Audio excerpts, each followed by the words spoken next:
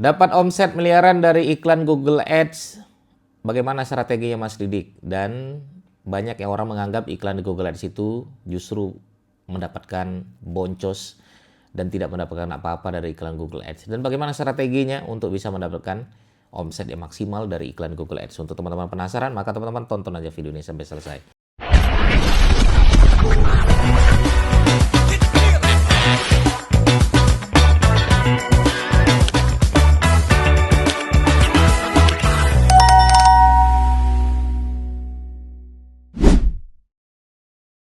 Oke ya, untuk beriklan di Google Ads ini emang ada yang gagal, ada yang berhasil gitu kan. Yang gagal biasanya mengatakan, boncos lah, nggak suka lah, sepertinya bukan jodoh kami lah, dan lain sebagainya. Untuk yang berhasil justru malah ketagihan iklan di Google Ads ya. Dia beriklan di Google Ads ya, dia bisa mendapatkan banyak dari omset ya dari iklan Google Ads tersebut. Nah, seperti apa sih sebenarnya ya agar kita beriklan itu tidak boncos, agar kita bisa mendapatkan omset maksimal dari beriklan di Google Ads ya. Oke, teman-teman sekalian, kita akan coba bedah dari beberapa hal ya. Yang pertama, saya pengen beberkan pertama adalah jangan pernah kirim traffic ke website yang bermasalah, teman-teman sekalian. Artinya halamannya jelek. Halaman jelek itu mulai dari apa Mas Didik? Pertama adalah mulai dari loading yang lambat ya. Itu dulu teman-teman ya. Jadi kalau kita walaupun optimasi Google Ads sudah maksimal gitu kan, tapi kalau orang sudah ngeklik websitenya dan ternyata loadingnya melebihi dari kesabaran manusia, dan berdasarkan riset itu kesabaran manusia itu tidak lebih dari 3-5 detik teman-teman. Jadi kalau kita klik ya, kita hitung aja 3-5 detik, kalau website kita tidak keluar ya sudah, itulah menyebabkan salah satu faktor kenapa website kita ya tidak mendapatkan maksimal gitu kan secara iklan di Google Ads ya. Berarti loadingnya bermasalah.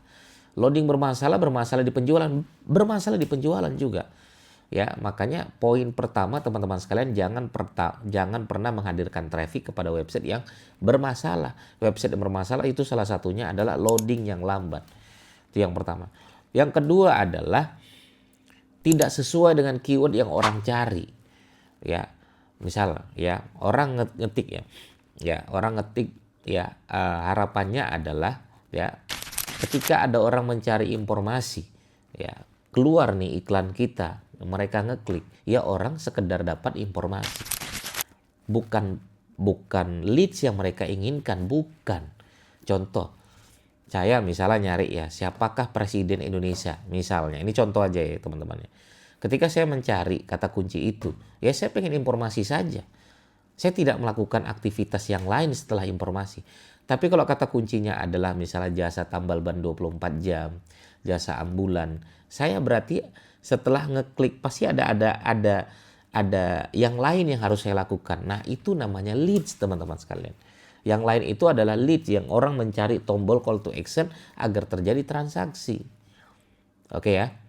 Nah, yang berikutnya adalah jangan sampai kita melahirkan traffic kepada website yang bermasalah. Website yang bermasalah itu apa? Copywriting yang bermasalah teman-teman sekalian. Oke lah loadingnya cepat. Tapi ketika orang sudah masuk ke website tersebut, ya tampilan websitenya nggak sesuai, copywritingnya nggak enak dibaca, ini jualannya jualan apa, ya tombol call to actionnya entah sebelah mana.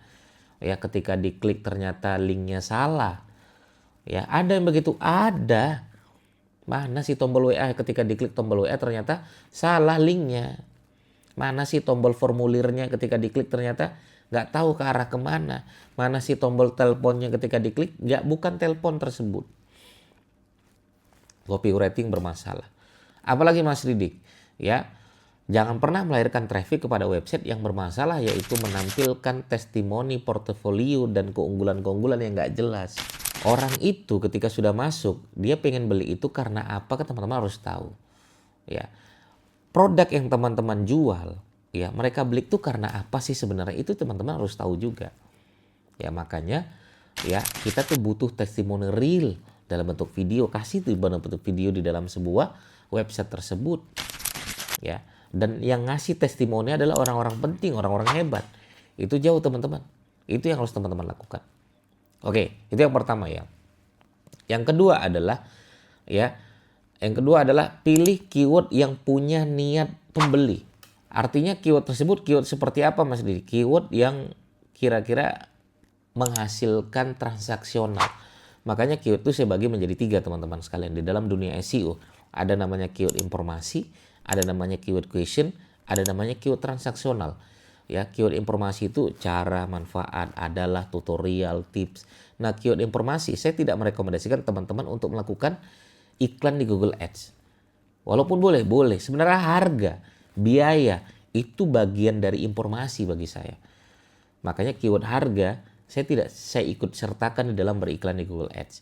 Berikutnya adalah keyword equation. Apakah, mengapa, siapakah, kenapa, bagaimana. Ini bukan kata kunci yang melahirkan leads atau prospek.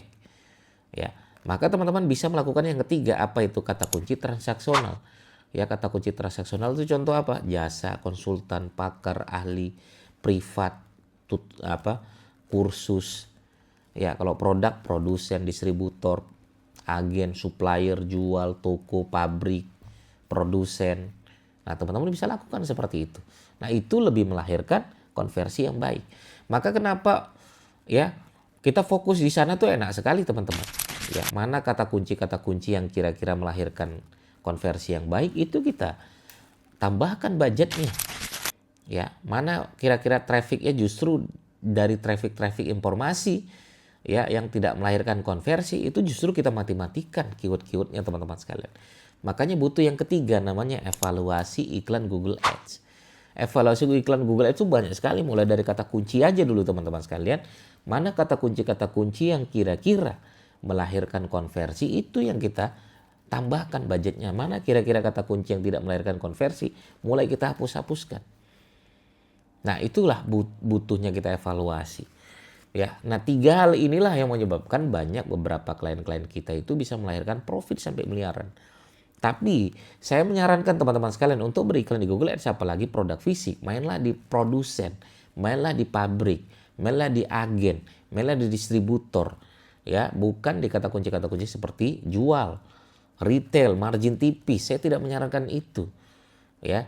Tapi main yang gede sekalian, karena sekali kerasa itu uangnya kerasa. Dan teman-teman beriklan pun enak. Ya, salah satu klien saya tuh banyak sekali, dia sekali dapat tuh bisa sampai ratusan juta gitu kan. Ya, puluhan juta gitu dia sudah dapat, ya, margin yang sudah didapatkan tebal juga. Ya, seminggu dapat 1 aja itu sudah nutup beberapa bulan iklan Google Ads dia mengatakan seperti itu. Itu jauh lebih baik teman-teman melakukan seperti itu. Oke ya, itu saran saya, mudah-mudahan iklan teman-teman sekalian semakin baik dan tidak boncos lagi, dan harus tahu untuk menentukan kata kunci apa saja agar tidak boncos. Ya, begitu. Semoga bermanfaat. Assalamualaikum warahmatullahi wabarakatuh. Bye.